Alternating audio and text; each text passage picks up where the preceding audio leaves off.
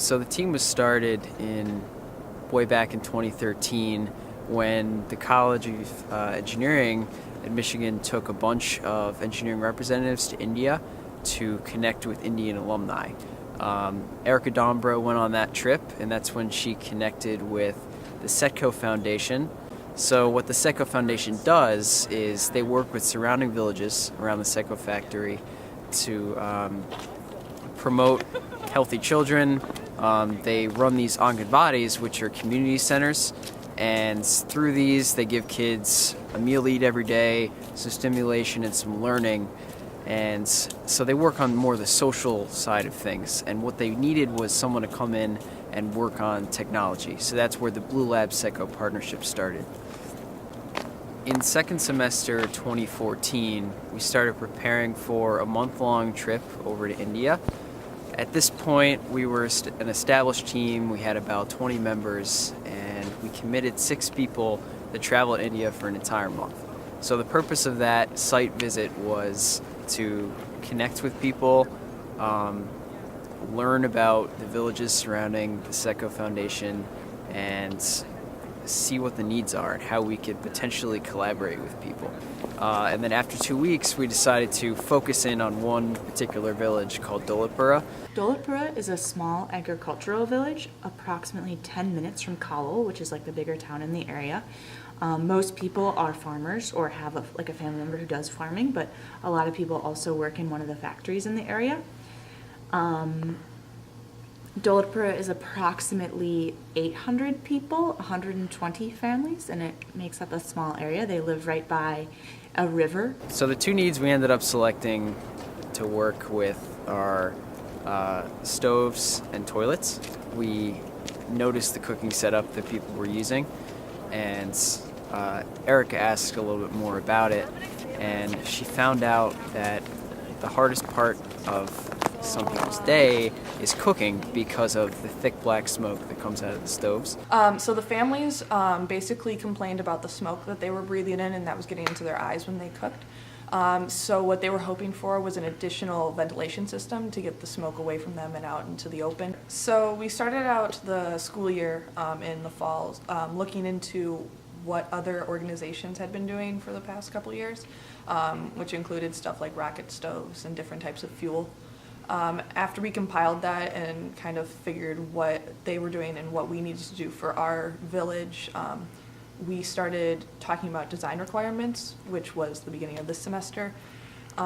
Basically what the families were expecting and what we could do with the time that we had. We were able to identify models such as the rocket stove and the chula stove, and we were able to see sort of how they co-designed, how the implementers co-designed with the natives to make an effective stove.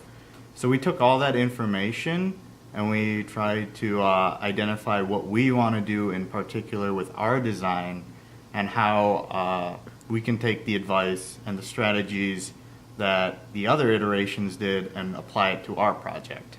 I think during the middle of the semester, once we had more information from our families and the design requirements, we started to think about potential stove designs that we could do. So during 2 meetings, we basically, as a team, we had individual ideas, and we went out to the board and we drew them, and we evaluated them. We thought about the materials that we could use. Are the structures stable? Does it address the problems that we're trying to address in the first place? What we've decided to do was attach a longer chimney that'll ventilate the smoke out, and then also create a smaller opening at the bottom with hopefully like a bridge of some sort, so that they can still easily put fuel in, but smoke doesn't come out of as much. Instead of completely changing what they already use, since that's what is used for their culture, they're used to in their culture, we're just hoping to make these small additions that'll have big effect on their health and their property. So the second need that came out of the needs assessment was toilets. So during the needs assessment, we noticed that behind a lot of the houses, there were outhouses. So we asked about them, and we found out that nobody's using them.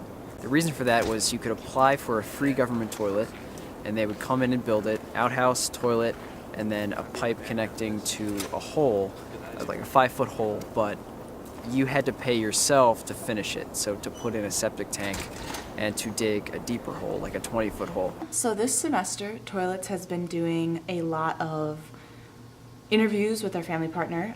Things have been kind of hectic with Toilets. A lot of stuff has changed. We're continuing to look at different ways of designing composting toilets and stuff like that.